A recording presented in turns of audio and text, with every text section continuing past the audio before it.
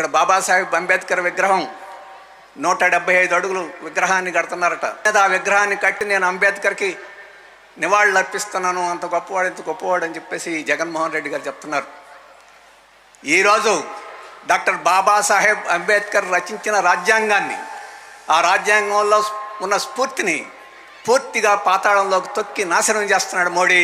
ఆ మోడీని రోజు కాళ్ళు మొక్కుతూ, అటువంటి కాళ్ళు మొక్కేవాడు ఈరోజు అంబేద్కర్ విగ్రహాన్ని ఓపెన్ చేస్తున్నాడంటే సిగ్గుసేటు. ఆ రాజ్యాంగం నాశనం చేస్తుంటే మోడీ ఎప్పుడైనా ఒక్క మాట మాట్లాడా?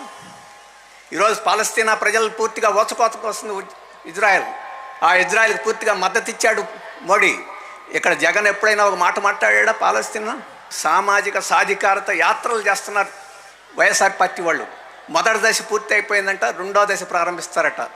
వాళ్ళు చేసేది సామాజిక సాధికారత యాత్రలు కాదు, సామాజిక సంహార యాత్రలు. మొదటి దశ పూర్తి అయిపోయింది, రెండో దశ చేయడానికి వాళ్ళు సిద్ధమవుతున్నారు. గిరిజన చట్టాలను సవరణ చేస్తున్నాడు మోడీ, మాట్లాడటం లేదు. దళితుల మీద అత్యాచారాలు జరుగుతుంటే మాట్లాడటం లేదు.